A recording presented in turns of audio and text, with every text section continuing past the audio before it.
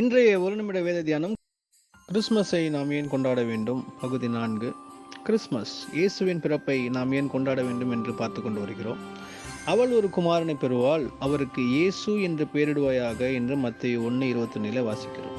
பாருங்கள், இன்று நாம் பார்க்க போவது மிக முக்கியமான உன்னதமான ஒரு காரணம்.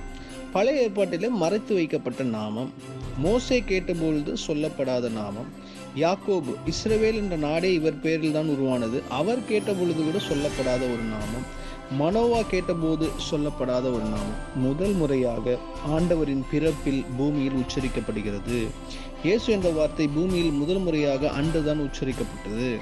அன்று ஒருவேளை அந்த நாமத்தின் வல்லமையை அந்நாளில் அறியாமல் இருந்திருக்கலாம். ஆனால் இன்று அந்த இயேசுவின் நாமத்தில் தான் சுகம், இயேசுவின் நாமத்தில் தான் விடுதலை, இயேசுவின் நாமத்தில் தான் சாபம் நீங்கும், பேய்கள் ஓடும்.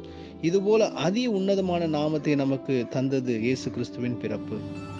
இயேசு பிறப்பதை தீர்க்க தரிசனமாக சொன்னவர்கள் கூட அவருக்கு இம்மானுவேல் என்று பெயரிடுவாயாக என்றுதான் சொன்னார்கள். அந்த நாமம் நமக்காக வெளிப்படுத்தப்பட்டது. கொஞ்சம் யோசித்து பாருங்கள், இயேசு என்ற நாமம் இல்லாத வாழ்க்கையை முடியவே முடியாது. இயேசு என்ற மகா உன்னத நாமம் தந்தருளப்பட்ட காரணத்திற்காக அவரின் பிறப்பின் பண்டிகையான கிறிஸ்மஸை நாம் கொண்டாடுகிறோம். ஆமென்.